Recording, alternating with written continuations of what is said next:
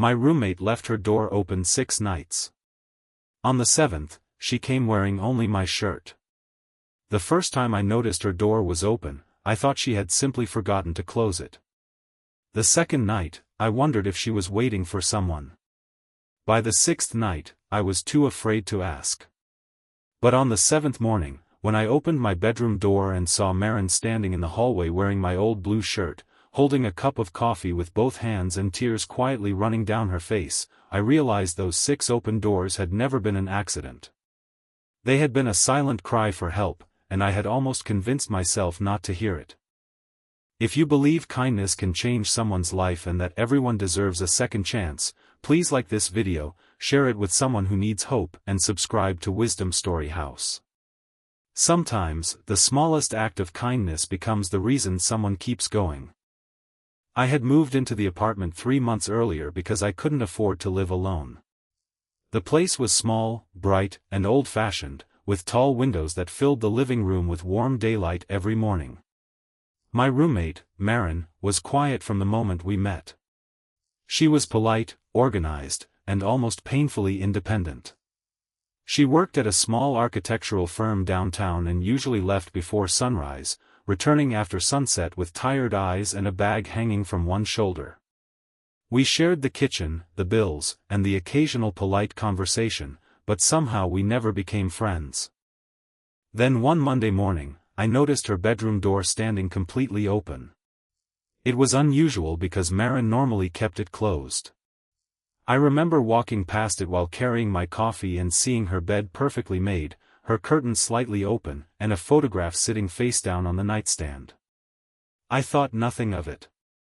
Later that evening, when I came home, the door was still open. I almost knocked, but something stopped me. Instead, I went to my room. The next night, it happened again. Then the night after that. 6 nights in a row, Maren left her door open. There was something strange about it, not frightening exactly, but sad. It felt like she was trying to say something without actually speaking. Sometimes I would see her sitting on the edge of her bed, staring at nothing. Other times the room would be empty, but the light would remain on. Once, around 4 in the afternoon, I passed by and noticed her sitting on the floor beside the window, holding an old photograph against her chest. I wanted to ask what was wrong. But I didn't. I told myself we were roommates, not family. I told myself people needed privacy. I told myself that if Maren wanted to talk, she would talk. The truth was simpler. I was afraid of getting involved. On the 6th night, something changed. I came home early because my office had closed for the day. The apartment was flooded with golden afternoon sunlight. Maren was sitting at the kitchen table, staring at a cup of untouched tea. She looked exhausted. I almost said her name. Instead, I quietly walked to my room. That night, I couldn't sleep. Around midnight, I heard the faint sound of crying from the hallway. I opened my door and saw Maren's bedroom still open. She was sitting on the floor beside her bed, her back against the wall, her face buried in her hands. For several seconds, I stood there. Then I remembered how many times I had seen that open door. I finally understood. She wasn't forgetting to close it. She was leaving it open because some part of her hoped someone would notice. I knocked gently against the doorframe. Maren immediately wiped her face and looked up. I didn't ask her what happened. I simply sat down on the floor a few feet away from her. For a while, neither of us spoke. Then she whispered that her mother had died 6 weeks earlier. Everything suddenly made sense. The photograph. The exhaustion. The silent evenings. The open door. Maren had been taking care of everyone during the funeral, the paperwork, the house, and the endless phone calls. But when everything became quiet, there was nobody left to take care of her. She told me she had been sleeping with her door open because closing it made the apartment feel too empty. She didn't want to admit that she was lonely.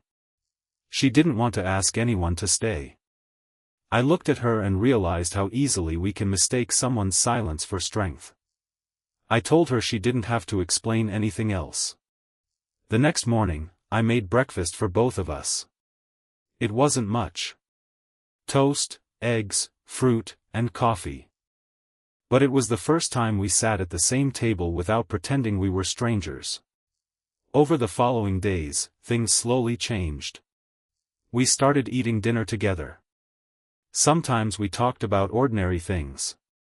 Sometimes we sat in silence. I learned that Maren loved old movies, hated thunderstorms, and had once dreamed of becoming a painter before life pushed her toward architecture. She learned that I was terrible at cooking and that I kept every birthday card anyone had ever given me. We became friends without either of us noticing exactly when it happened.